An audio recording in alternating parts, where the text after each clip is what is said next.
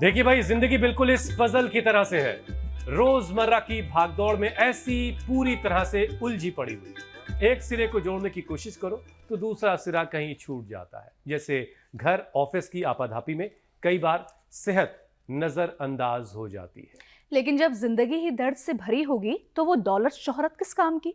वैसे भी दुनिया की सबसे कीमती दौलत तो सेहत ही है, और ये भी सच है कि बीमारी देर सवेर दरवाजा खटखटाती जरूर है। और ऐसे में कुछ लोग अपने शरीर को बीमारी का घर बनाने के लिए दे देते हैं, तो कुछ लोग बीमारी को अंदर आने ही नहीं देते। लेकिन अमित, कुछ लोग ऐसे भी होते हैं जो चाहकर भी सेहतमंद नहीं रह पाते। बहुत कोशिश करते हैं लेकिन बीमारी उनका पीछा नहीं छोड़ती। लेकिन अब वैज्ञानिकों ने उनकी बीमार पड़ने की असली वजह का भी पता लगा लिया है। बिल्कुल ठीक बात है। साइंस मैगजीन नेचर में छपी एक स्टडी के मुताबिक बार बार हेल्थ बिगड़ने के लिए शरीर में मौजूद इम्यून रेजिलेंस सिस्टम जिम्मेदार होता है। यह वो सिस्टम है जो तय करता है किसी बीमारी से शरीर किस हद तक लड़ सकता है, लड़ने के लायक है। वायरल, बैक्टीरियल, फंगल इन्फेक्शन की हालत में बॉडी कैसे रिएक्ट करेगी, यह सब कुछ वहीं से तय होता है। अब सवाल यह है कि आखिर लोगों का ये इम्यून रेजिलेंस सिस्टम इतना कमजोर क्यों हो जाता है। तो इसके पीछे 3 फैक्टर हैं। पहला, फैमिली हिस्ट्री, दूसरा माहौल यानी कि साफ सफाई, और तीसरा इन्फ्लेमेटरी स्ट्रेस यानी कि इन्फेक्शन की हालत में शरीर का डिफेंस सिस्टम कैसे काम करता है। और इस आधार पर साइंटिस्ट ने इंसान को 4 कैटेगरी में बांट कर रखा है। पहले वो हैं जिनकी इम्यूनिटी हाई होती है और इन्फेक्शन का खतरा जाहिर है कम होता है, ऐसे लोग कम बीमार पड़ते हैं। और दूसरे वो जिनकी इम्यूनिटी लो होती है, साथ में इन्फेक्शन का खतरा भी ज्यादा होता है। ऐसे लोग अक्सर बीमार पड़ते हैं और ज्यादा जीते भी नहीं हैं। तीसरी और चौथी कैटेगरी के लोगों की हेल्थ ना बहुत अच्छी और ना ही बहुत खराब रहती है। ऐसे लोग औसत उम्र जीते हैं। हाँ, लेकिन जब लोग रेगुलर वर्कआउट करते हैं तो सेहत वाला मार्कर ऊपर उठने लगता है, और एक्सरसाइज बंद करते ही ये मार्कर दोबारा 0 पर पहुंच जाता है। तो चलिए योग के जरिए इस मार्कर को जरा ऊपर उठाते हैं, क्योंकि आज जिस परेशानी पर हम बात करने वाले हैं उसकी असली वजह लाइफस्टाइल की बहुत सारी बीमारियां ही हैं। स्वामी जी प्रणाम, बहुत बहुत स्वागत। प्रणाम स्वामी जी, सुप्रभात। स्वामी जी, आसनों का राजा शीर्षासन तो खैर कमाल है ही, लेकिन सारे अभ्यास आपके साथ रोजाना हम करते हैं और हम ये जानते हैं कि इससे शरीर मजबूत होता है। लेकिन स्वामी जी, इस मौसम में खासतौर से लोग कमजोर इम्यूनिटी का बहुत शिकार हो रहे हैं, लोगों की इम्यूनिटी वीक पड़ रही है। तो सबसे पहले स्वामी जी जरा लोगों की इम्यूनिटी को मजबूत करवाइए, फिर आगे बढ़ते हैं। तो ये शीर्षासन तो 1-2 मिनट रोज करना ही करना है। फिर अपनी इम्यूनिटी को अच्छा बनाने के लिए सबसे अच्छा उपाय है, शुरुआत ताड़ासन से करें। ताड़ासन, ऐसे लंबे लंबे श्वासों के साथ 10-20 बार ऐसे किया, और लंबे लंबे श्वासों से हमारा रेस्पिरेटरी भी बहुत ही मजबूत हो जाता है। जिसका श्वसन तंत्र अच्छा होगा उसका प्रतिरक्षा तंत्र, उसकी इम्यूनिटी अपने आप अच्छी होगी। इसलिए लंबे लंबे श्वासों के साथ ताड़ासन, तिर्यक ताड़ासन, त्रिकोणासन, फिर ये कोणासन, फिर ये पादहस्तासन, और फिर इम्यूनिटी के लिए बेस्ट है सूर्य नमस्कार के 12 अभ्यास। प्रणाम आसन, ऊर्ध्वहस्तासन, पादहस्तासन, दक्षिण संचालन आसन, पर्वतासन, शास्त्रांगासन, भुजंगासन, पुनः पर्वतासन, फिर वामस्तु संचालन आसन, फिर पादहस्तासन, फिर ये। अब ये सूर्य नमस्कार भी ना हो पाए तो क्या करें, तो कम से कम एक अभ्यास है योगिक का योग, और ये इतने से पूरा शरीर खुल जाता है। पूरे शरीर में प्राण का, शक्ति का संचार हो जाता है। फिर जो दौड़ सके दौड़ करना, front running, back running, front back, वो बैक वॉक, और फिर ये ऐसे एक, ये ऐसे ऐसे एक, और 2 कर सके तो फिर तो कमाल ही हो जाएगा। ऐसे ऐसे ऐसे, और फिर कम से कम 2 अभ्यास, एक ये ऐसे, ये साधारण दंड, और ये है दूसरा हनुमान दंड। 1 2 3 4 5 6 7 8 9 10 ऐसे स्वामी जी, आपकी रफ्तार को मैच करना तो पूरे मुमकिन नहीं है, प्रचंड लेकिन वेग हम से आपके पीछे रेलगाड़ी के डब्बे की तरह आए जा रहे हैं, चले जा रहे हैं। अरे ये करना फिर मेरे भाई अमित, अब तो आप बहुत स्ट्रांग हो गए हो। ऐसे उठा के ऐसे ये हो जाए ना, फिर तो आहा कमाल हो जाए साहब। ऐसे यो, और फिर ये ऐसे ऐसे। मतलब स्वामी जी ये हुआ कि जो लोग शीर्षासन करते हैं, जो लोग ये तो पावर सब योगा करते करते रहेंगे, उनकी इम्यूनिटी मजबूत रहेगी।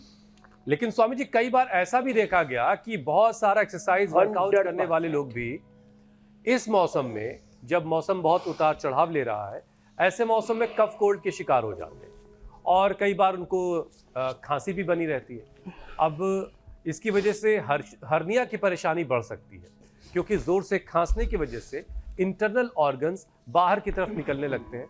ऐसे में मसल्स को मजबूत रखना, जो खासतौर से लोअर एब्डोमेन का एरिया, वहाँ के मसल्स को मजबूत रखना बड़ा ज़रूरी है स्वामी जी। तो पेट की मसल्स के लिए क्या किया जाए? एकदम आपने ठीक कहा। तो जिनको खांसी होती है, एक तो ये ब्रोंकॉम, एक कंठामृत, एक गोली ऐसे मुंह में डाल के और इसको चूस ले। एब्डोमेन मसल्स के लिए 5 अभ्यास बता रहा हूं।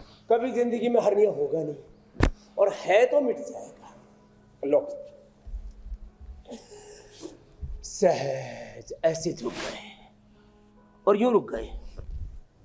देखो, मस्तिष्क के लिए शीर्षासन। इधर हमारे बच्चे सिराभ्याम कर रहे हैं, बादाम रोगन से, वर्जिन कोकोनट ऑयल से, गाय के घी से, और फिर बादाम रोगन, गाय का घी हम खाली पेट पिलाते भी है। ये मस्तिष्क के लिए अप्रतिम है जो यहाँ चल रहा है। कुछ सोच रहे होंगे कि यहाँ कोई बाबा जी ने कोई स्पा तो नहीं खोल दिया। ये पतंजलि स्पा नहीं है, ये बाबा स्पा नहीं है, ये बहुत जबरदस्त है। फिर दूसरा देखो, ये मंडूकासन, ऐसे एब्डोमेन मसल्स के लिए, एब्डोमेन हेल्थ। और एक शब्द और जोड़ देता हूं मैं इसके साथ, पेल्विक हेल्थ। दोनों ही बड़े चैलेंजिंग जॉब हो गए आज। मंडूकासन, योग मुद्रासन, ऐसे और ऐसे करना, ये। और जिनको हर्निया है, पीछे कतई मत झुकना, चाहे वह उष्ट्रासन हो, ये भी नहीं करना, और चक्रासन भी नहीं करना। पीछे झुकने वाले अभ्यास नहीं करना, आगे झुकने वाले अभ्यास, मंडूकासन, योग मुद्रासन। देखो ऐसे, ये पेट के अंदर जो तमाम ऑर्गन्स हैं, जो इंटेस्टाइन है, इन सबको रोके रखने के लिए ऊपर वाले ने एक नेट अंदर लगाई है, एक जाली लगाई है जी। जाहिर है ऊपर वाले ने अपने कमाल की इंजीनियरिंग के हिसाब से उसी नेट को मजबूत उन सारे ऑर्गन्स को संभालने के हिसाब से वो नेट बनाई होगी। तो ये नेट कमजोर क्यों पड़ जाती है, कैसे पड़ जाती है? हाँ, इसके बारे में बताते हैं। This body, this human life is the ultimate creation of almighty. उस खुदा, अल्लाह, गॉड, वाहिगुरु, अकाल पुरख, भगवान, प्रकृति, परमेश्वर की कुदरत की सबसे बड़ी रचना, सबसे बड़ा करिश्मा है ये मनुष्य का शरीर। और बहुत ही स्मार्ट क्रिएशन है, बहुत स्मार्टली बनाया भगवान ने, बहुत साइंटिफिकली डिजाइन किया है इसको भगवान ने, प्रकृति परमेश्वर ने। चलो, पवन मुक्तासन, उत्तान पादासन जो मैं कह रहा था ना, ये तो बहुत जरूरी है। अब ऐसे 1-2 मिनट रोक के रखना। कुछ लोग आधा धोरा सा करते, थोड़ा थोड़ा करते, उससे बात ना बनेगी। पूरा करें, ऐसे ऐसे ऐसे, ये पूरा 35 बता दे रहा हूँ आपको पहले। और ये लंबे समय तक कब्ज रहने से, गैस बनने से, कॉन्स्टिपेशन है, कोलाइटिस है, गैस कब्ज, एसिडिटी है, पाचन की दिक्कतें हैं, मंदाग्नि है, बहुत ज़्यादा हैवी फूड खाते हैं, गरिष्ठ पदार्थ लेते हैं, और इसके साथ साथ ज़्यादा वजन उठाना, पेट में बहुत धक्के लगते हैं लोगों को। अब तो फिर भी बहुत अच्छा हो गया है, नहीं तो पता लगता था कि सड़कें कम, गड्ढे ज़्यादा, ऐसे, फिर स्पीड ब्रेकर बहुत, फिर बहुत तरह के और भी लापरवाहियाँ हो जाती है। ओवर ईटिंग कर लेते हैं। ओवर ईटिंग से अब पेट का दायरा, भगवान ने एक स्पेशल डिजाइन किया हुआ है पेट को, इसमें अधिकतम एक बार में लिक्विड और भोजन सब मिलाकर के आधा से 1 किलो जाना चाहिए। अब लोग ठूस ठूस करके 2-2, 2.5 किलो भर लेते हैं। तो भाई पेट जब ये फूलेगा तो उस आंतों के ऊपर जो नेट लगी हुई है उसी को फिर हर्निया में ऑपरेशन करके उन आर्टिफिशियल नेट लगाते हैं। जैसे आर्टिफिशियल कुल्ले लगाते हैं, आर्टिफिशियल घुटने लगाते हैं, ऐसे ही आर्टिफिशियल नेट लगा देते हैं पेट में। स्वामी जी, इसी से जुड़ा एक सवाल और है, हार्ट का जो बात अभी आपने बताई होता तो देखिए, हर्निया के लिए स्वामी जी कहा जाता है कि इसका इकलौता इलाज ऑपरेशन है, लेकिन आप ऑपरेशन की सलाह नहीं देते। तो आप इसके लिए क्या ऐसा करते हैं कि ऑपरेशन किए बगैर वो झिल्ली रिपेयर हो जाएगी, वो नेट रिपेयर हो जाएगी? क्योंकि ऑपरेशन के बाद तो ये समझ में आ रहा है कि एक नेट लगा दी गई या वो नेट सिल दी गई। 99% लोगों को जरूरत नहीं पड़ती, जब बहुत ज्यादा फट जाती है जी। जब 1-1, 2-2 किलो बाहर निकलने लगती है ना, उस समय जरूरत पड़ती है। 99% लोगों का टाला जा सकता है, इसमें कोई प्रश्न नहीं है। इसलिए मैं कहता हूँ इनिशियल लेवल पर ही हर्निया का, बीपी का, शुगर का, थायराइड का, कोई भी शरीर में गांठ है, हार्ट में ब्लॉकेज है, लीवर फेलियर है, किडनी फेलियर है, इनिशियल लेवल पर इलाज कर लो, तुरंत रिवर्सेबल है सारी डिजीज। तो हम इसमें 5 काम करते हैं। 1, सर्वकल्प का काढ़ा, और कॉन्स्टिपेशन भी हो तो कायाकल्प साथ में मिला देते हैं।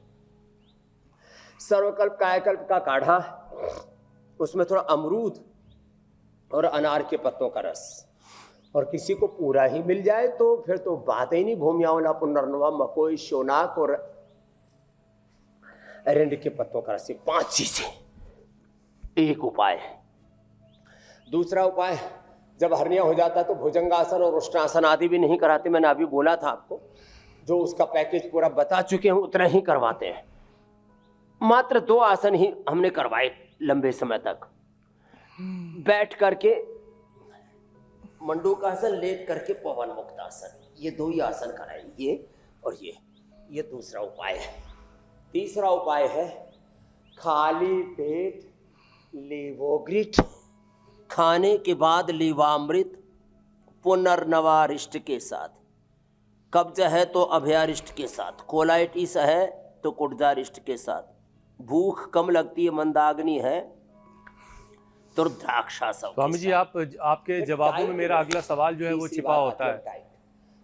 अब आपने चूंकि कब्ज वाली बात पे आप चले गए तो इसलिए मुझे आपसे एक और चीज पूछनी है इससे जुड़ी हुई।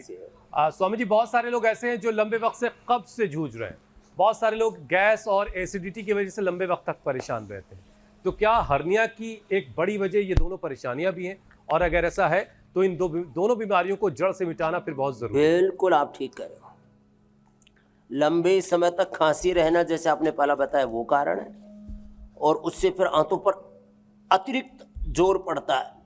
आंतें बेचारी जो है सह नहीं पाती, इतना ज़्यादा आपने उनको प्रेशराइज कर दिया कि आंतें बेचारी, उसके ऊपर की झिल्ली वो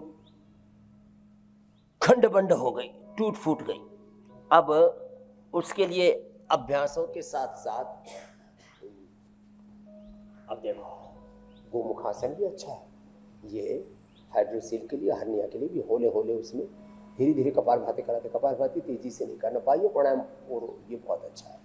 लंबे समय तक कब्ज रहने से पूरा पाचन तंत्र, केवल आते ही नहीं, लीवर, आमाशय, पक्वाशय, यकृत, छोटी बड़ी आंत, पूरा का पूरा पाचन तंत्र हमारा गड्ढमड्ढ हो जाता है। इसलिए कब्ज ना होने दें। कब्ज, गैस, एसिडिटी, ये सब। और फिर जब ये रहते हैं तो फिर पायस पिसर फिस्टुला भी होता है, उसके लिए अर्शोग्रिट हम बताते हैं, और उसके लिए अभयारिष्ट आदि बताते हैं, त्रिफला, नीम आदि का सेवन बताते हैं। देखो ये गोमुख आसन बड़ा जबरदस्त है। तो कब्ज के लिए छोटे छोटे उपाय बता रहा हूँ। किसी को अतिबला के पत्ते मिल जाए तो खाली पेट ले लो, पेट बढ़िया साफ हो जाता है। भिंडी, भिंडी देखो किसी को भिंडी हजम नहीं होती, थोड़ी सी हल्की सी गरिष्ठ होती है, उसको तल के तो कतई नहीं खाना चाहिए, छूक करके खाना चाहिए, चबा चबा करके खाना चाहिए। तो भी किसी किसी को भिंडी वो सबसे अच्छा लग्जेरिटी है। भिंडी को पानी में डाल दो, भिंडी और भिंडी के पत्ते और भिंडी की जड़, चाहे वो सामान्य भिंडी है और एक सुकलाई बोलते हैं जो गुड़ आदि साफ करते हैं और जिससे कि खांड सारी और गुड़ शक्कर आदि बनाते हैं। तो भिंडी, भिंडी के पत्ते, भिंडी का फल, भिंडी का मूल, पूरा भिंडी का पत्ता, भिंडी को उखाड़ो और उसको पानी में ऐसे जो है थोड़ा उसको घोल दो और उसका झोल पी लो, भिंडी का झोल। ओहो, कब्ज के लिए अप्रतिम। इसमें नाशपाती आ रही है, नाशपाती खाओ, नाशपाती का जूस पी लो तो जिसको कहते हैं ना पुरानी से पुरानी कब्ज, उसके लिए रामबाण औषधि है ये नाशपाती, नाश कर देती है कब्ज का। फिर बग्गू गोसा भी अच्छा है, उसका थोड़ा असर थोड़ा कम होता है। पपीता भी अच्छा, अनार भी अच्छा है, सेव भी अच्छा है। जिनको कब्ज है ना उनको यही करना है, तेज नहीं, जल्दी से नहीं खाना, ज़्यादा नहीं खाना, चबा चबा करके खाओ। 99% लोग जल्दी जल्दी खाते हैं, ये बड़ा खतरनाक मामला है। हाँ, तो फिर कब्ज के लिए खाने के बाद जैसे मैंने कहा ये अभयारिष्ट या द्राक्षासन, और कब्ज वालों को रात को दूध के साथ इसबगोल या बहुत सौम्य है इसबगोल और गुलकंद, और दूध में थोड़ा सा 1 चम्मच बादाम, खाली पेट गोधन अर्क और उसके बाद टॉयलेट जाने के बाद गोघृत पान, पूरा पेट अंदर से, नहीं तो पेट सूखा रूख, कहते हैं बड़ा इसका कोष्ठ बड़ा रूखा सूखा है, कोष्ठबद्धता, ये भीतर की रुक्षता पित्त बढ़ने से आती है, तो घृत पान। फिर रात को त्रिफला, शुद्धि चूर्ण, और फिर उधर कल्प चूर्ण, पहले हरित की चूर्ण, बहुत कुछ देते थे। कुछ लोग बाजार से मिलने वाले बहुत तरह के कब्ज की चूर्ण खाते और उसमें भयंकर दबा करके, सनाए पत्ती दबा करके उसके अंदर जो है सेंधा नमक और कुछ तो थोड़ी मात्रा में जमाल घोटा भी डाल देते हैं और पेट में ऐसे मरोड़े लगते हैं। आयुर्वेद में कुछ चीजें अपवाद रूप में, जैसे बहुत भयंकर कब्ज आदि होने पर वो इच्छा भेदी रस हो या जमाल घोटा हो, वो ऐसी कब्ज हो जाए, अब टूटे नहीं रही, अब तो ऑपरेशन करके आते, काट चीर करके और फिर मल निकालना पड़ेगा, पेट चीर करके और फिर मल निकालना पड़ेगा, ऐसी नौबत आ जाए तब इच्छा भेदी दिया जाता है। अब लोग क्या इच्छा भेदी जो है और या ये जमाल घोटा बहुत सस्ता आता है, और ये भाई कब्ज का चूर्ण मैंने खाया, ये चूर्ण वो चूर्ण, मैं किसी का नाम नहीं लूंगा, ये सारे चूर्णों के चक्कर में ना पड़े। चूर्ण चटनी का नाम मात्र आयुर्वेद नहीं है, आयुर्वेद तो एक बहुत बड़ा विज्ञान है, उसको समझ करके और फिर खाने के बाद वज्रासन में बैठना, मंडूकासन। अच्छा स्वामी जी, ये जो जमाल घोटा है, फिर देखो ये पॉइंट दबाना, इसके बारे में हम लोग बचपन से फिल्मों में भी देखते आए। ये जमाल भाई साहब कौन है जिन्होंने घोटा तैयार कर दिया था? ये कई जड़ी बूटियों का मिश्रण है, क्या है ये जमाल घोटा ये जमाल खान नहीं है, ये जमाल भाई, कोई जमाल घोटा को बोले भाई तो कमाल घोटा है। तो ये दरअसल क्या है, प्रकृति ने ऐसे अपवाद के रूप में, अब एक गुरुकुल का एक ब्रह्मचारी सच्ची बात बता रहे, झज्जर गुरुकुल हरियाणा में, बहुत पुराना स्वामी ओमन जी वहाँ पढ़ाया करते हैं, हम भी अपने ये पुराने आज से 40 साल पहले की बात कर रहे हैं। तो एक भाई साहब नाराज हो गए अपने गुरुजनों पर और अपने गुरुकुल से ही रुष्ट हो गए, भाई यहाँ बड़ी तपस्या कराते हैं। उसने उसी की वैद्यशाला से, स्वामी ओमानंद जी महाराज की वैद्यशाला से जमाल घोटा निकाला, घोट करके, और दाल सब्जी बन रही थी उसी में ठोक दिया 200-250 ग्राम। पूरे गुरुकुल के 10 लगे, पूरा गुरुकुल जो है बेहोश पड़ा। तो ये जो है दरअसल क्या है, इमरजेंसी के लिए, जैसे कमाल का किस्सा है स्वामी जी ये तो। आदमी को कि मैंने तो देखी 10-10, 15-15 दिन तक लोगों को कब्ज रहती है। तो हाँ, तो ये कुछ लोग ऐसे भी कर देते हैं, बोले मरेंगे तो है नहीं और जिंदा रहने के लिए जद्दोजहद करनी पड़ेगी। हाँ, जमाल गोटा के बाद ठंडा पानी पिला देते हैं, तो फिर वो गर्म पानी पियोगी, जितना गर्म पानी पियोगी उतने 10 लगते जाएंगे। इसलिए कभी किसी भूल से जमाल गोटा हो कोई पी ले तो उसको एक तो दूध नहीं पीना चाहिए, गर्म पानी नहीं पीना चाहिए, उसको यही जैसे मैंने कहा ठंडा पानी और थोड़ा इसबगोल, दही, अनार, इस तरह की खिचड़ी आदि लेनी चाहिए, तो उससे पेट को शांति हो जाती है। तो ये आंतों को अंदर से एक तरह से ना काट देता है, ज्यादा लो तो घाव कर देता है। एक कल आपको परसों की बात बताता हूँ, हमारे ये अगर है ना, अगर जी स्वामी जी, जगह अगर इसका पेड़ लगा रखा पूज्य आचार्य जी ने, हाँ अगर का उसमें फल आते हैं, छोटा सा बीज पूज्य आचार्य जी ने एक्सपेरिमेंट करने के लिए खुद ही खा लिया और 2 मिनट में बोले जी पेट में ऐसा लगा कि कुछ गड़बड़ सा हो रहा है, और पेट का पानी बना दिया उसने, पेट में ऐसे मतलब पतनाड़ा सा। और फिर आचार्य जी को ध्यान आया, अरे स्वामी जी बोलते हैं तो बस अब तो ये तो भाई गड़बड़ हो गई, तो अनार और थोड़ा सा दही दिया तो गुजारा हो गया एकदम से। तो ऐसे बहुत सी चीजें और भी ऐसे तो कितनी तरह की चीजें हैं जो बहुत दस्तावर हैं। तो अत्यंत दस्तावर चीजों का उपयोग नहीं करना चाहिए, वो अंदर से आंतों के तो अंदर कुल मिला के घाव स्वामी जी करके शरारत में भी मदन फल भी ऐसा ही है, किसी को मदन जमाल फल। घोटा नहीं देना है, नहीं तो वो लोटे के हाँ, चक्कर में फंस जाएगा एक बेचारा। मदन फल। हाँ, आबू की तरफ हमारे एक मित्र मंडली गई, जंगल में फल लगे देखे खा गए, और सारी की सारी बस वही जंगल में ही पड़ी रही। मैंने कहा, "वो बस खा चलिए गई।" स्वामी जी इससे निकलते हैं वो आगे, मदन फल खा लिया। स्वामी जी इससे आगे बढ़ते हैं। लेकिन ये कि कब्ज को खत्म करना होगा, अगर आप चाहते हैं कि आपका हर्निया जो है वो की शिकायत आपको ना हो, तो अपने कब्ज और गैस एसिडिटी सही पर तरीके आपको से करें। काबू करना होगा। अच्छा स्वामी जी, जिन लोगों ने अपना वजन बढ़ा लिया है, उसमें तो साफ तौर पर ये दिख रहा है कि सारा पेट जो है बाहर की तरफ निकला हुआ है, इंटेस्टाइन और ऑर्गन्स का लोड जो है वो झिल्ली पर पड़ रहा होगा, जो नेट है उस पर पड़ रहा होगा। और जाहिर है कि ओवरवेट जो लोग हैं उनमें हर्निया की परेशानी तो आती ही होगी, ये देखकर समझ में आ रहा है। तो हर्निया से बचने के लिए वजन भी कम हो, ये बहुत जरूरी है। तो जो ओवरवेट लोग हैं स्वामी जी, जरा उनका वजन कम कराइए। धरती माता भी थोड़ा सा बता देते हैं। परसों में मिल रहा था एक सुशीला माता, लगभग 1 क्विंटल की हो गई थी, तो मैंने बोला भाई ऐसे 100 से 1000 बार तक करो। उसने 1200 बार तक किया, लौकी कल्प किया, और घुटनों में दर्द था, कमर में दर्द था, और भी उम्र के साथ बीमारी हो जाती है। अब 70 साल में जवान बेटी जैसी होगी, पूरी फ्लैक्सिबिलिटी, और घुटने भी रिपेयर हो गई, कमर भी रिपेयर हो गई, और वजन ठीक हो गया। तो भाई एक हमारे गंगोत्री का किस्सा, आज किस्से कुछ ज्यादा याद आ रहे हैं। हमारे एक अवधूत स्वामी हंसानंद जी महाराज, स्वामी जी ये किस्सा भी तो योग का हिस्सा ही इतना है। मोटा उनका पेट, और हाइट भी उनकी 6 फीट से ज्यादा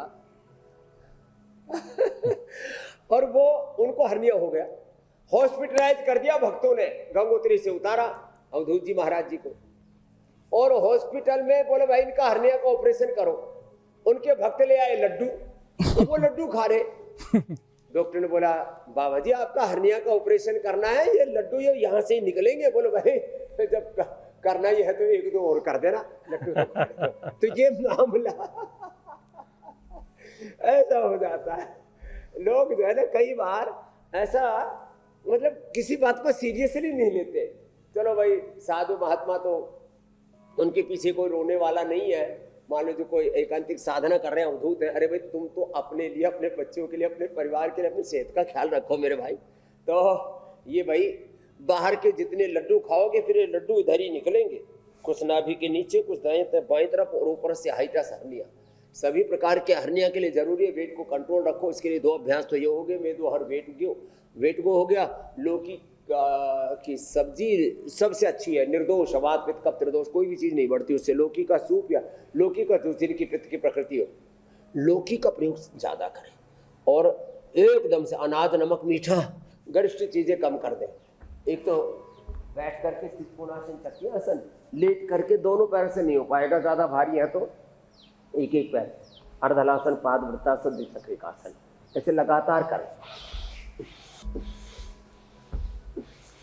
अच्छा स्वामी जी, जो लोग वजन घटा रहे हैं ऐसे फिर योग, और वो लड्डू के खाओ भी है तो फिर तो एक तरफ से घटा रहे हैं, एक तरफ से उसको फिर से बढ़ा ले रहे हैं। जी मेरे भाई, तो उनके लिए वो जो भैंस के बच्चों को पहनाई नहीं जाती मुंह में एक जाली सी, इनपुट आउटपुट बराबर कर दे रहे हैं। उस जाली को क्या कहते हैं जो भैंस के बच्चों को पहना दी जाती है मुंह में? छीका, छीका बोलते हैं उसको।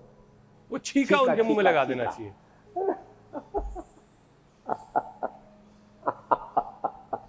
हाँ, कुछ सुबह से शाम तक बकरी की तरह, डांगरों की तरह चरते ही रहते हैं। अरे भैया चरो मत, खाओ पियो छको मत, बोलो चालो बको मत, देखो भालो तको मत। एक स्वामी भीष्म जी, आज पुराने किस्से सारे याद दिला दिए आपने। वो हमारे आते थे तो ये बताते थे बच्चों को, तो ये सच्ची बात है भाई, जो है खाओ ऐसे कि खा करके ना जरा सा भी आलस्य न आए, पेट ऐसे गुब्बारे की तरफ फूट न जाए, फट न जाए, हानियां नहीं फटना चाहिए।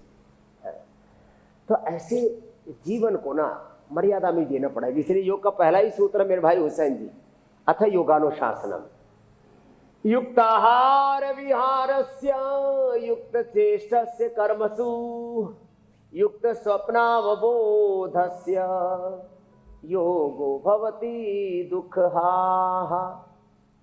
ये है असली बात। तो देखो ऐसे ये तो भाई अपने आहार में नियंत्रण, युक्त आहार, युक्त विचार, युक्त वाणी, युक्त व्यवहार, युक्त स्वप्न, युक्त जागरण, उठना बैठना सोना जागना खाना पीना जीना अनुशासन के साथ। डिसिप्लिन इज लाइफ, डिसिप्लिन, हर काम में डिसिप्लिन। और फिर अपने उस डिसिप्लिन से डिगना नहीं। एक बार भी बदपरहेजी क्यों, एक बार भी लापरवाही क्यों। एक व्यक्ति का मैंने अर्थराइटिस ठीक कर दिया और नींबू का बड़ा खाऊ था। मैंने पहले भी एक दिन घटना बताई थी, महाराष्ट्र से आया, वो योगग्राम में घूम रहा था, नींबू देखा, झपट्टा मार करके कच्चाई चबा गया नींबू को।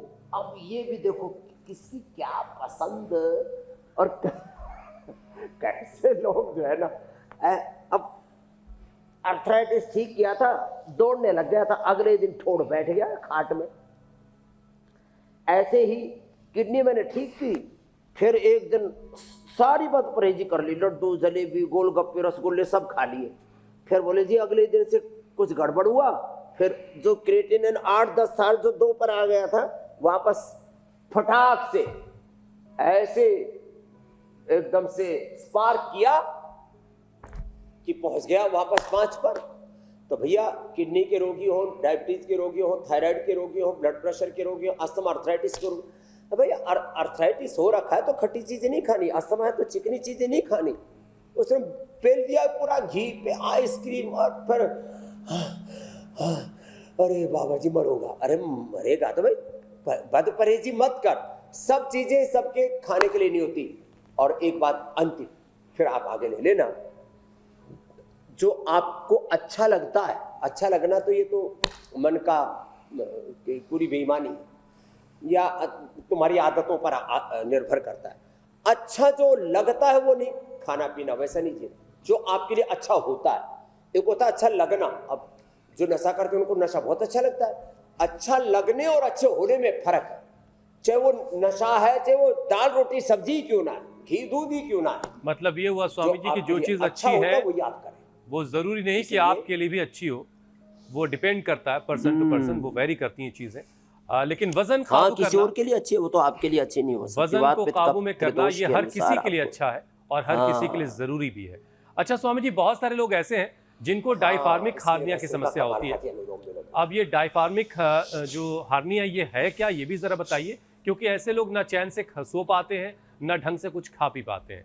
तो इनको ठीक करने का उपाय क्या, वो भी बताइए। और ये है क्या डायफार्मिक हार्निया, जनरल हार्निया से कैसे लेटते हैं ना तो खट्टा पानी मुंह में आ जाता है, वो यहाँ होता है। जो ऊपर वाला हर्निया है इसको हाइटियस हर्निया बोलो, डायफार्मेटिक हर्निया बोलो, ये एरिया का नाम है। ये डायफार्म, ये देखो ये तो है फेफड़ा यहाँ तक, इसके नीचे डायफार्म यहाँ जो है।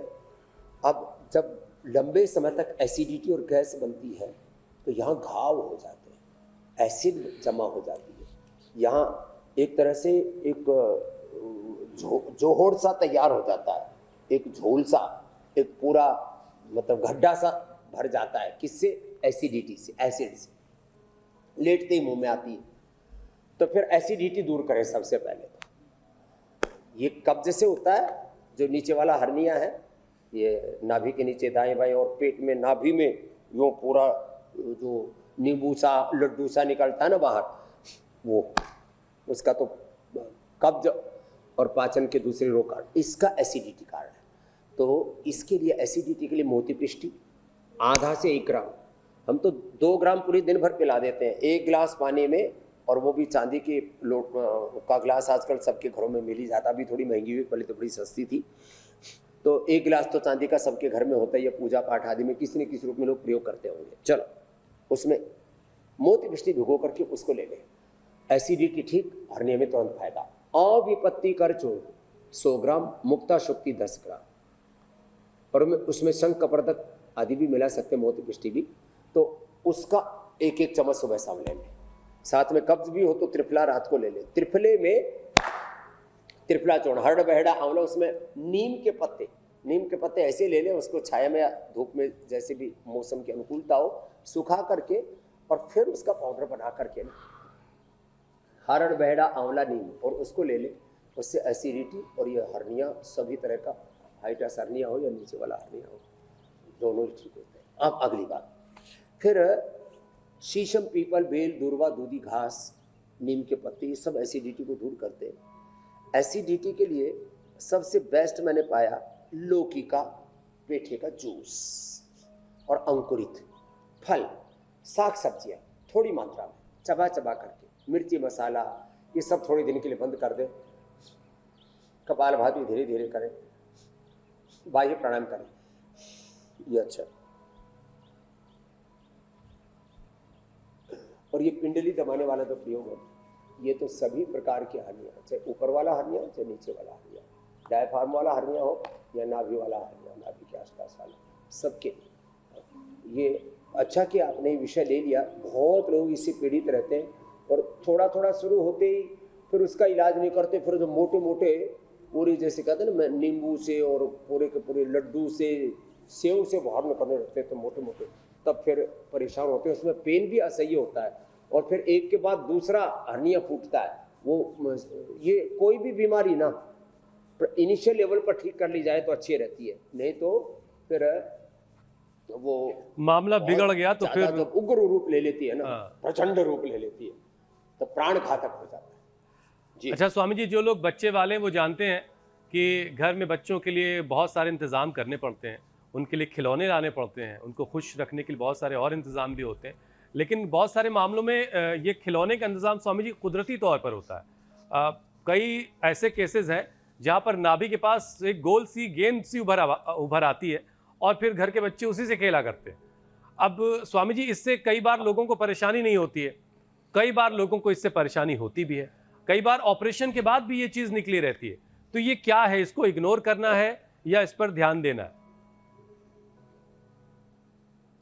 बिल्कुल इग्नोर नहीं करना। या जैसे आपने बोला, आंतें जो छोटी और आंत ऊपर, बड़ी आंत नीचे, ये यो जो है ऐसे ऐसे ऐसे ऐसे।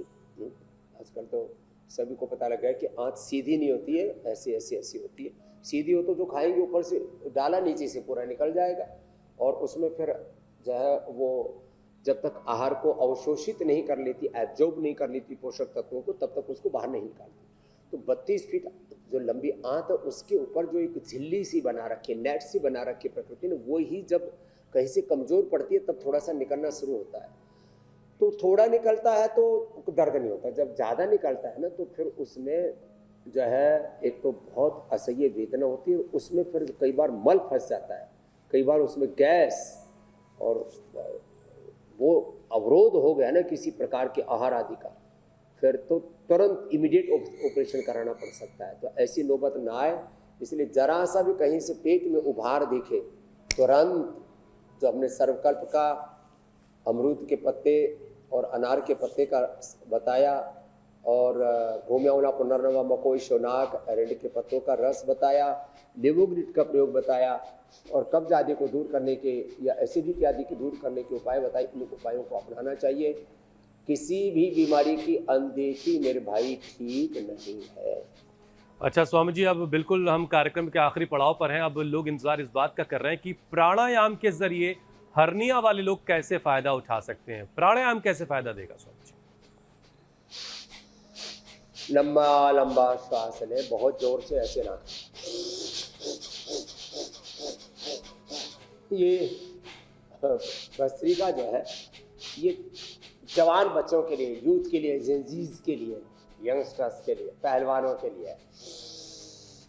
जिनको हर्निया है धीरे धीरे भस्त्रिका, धीरे धीरे कपालभाति, धीरे से बाह्य प्राणायाम। उनको ऐसे नहीं करना, उनको ऐसे करना।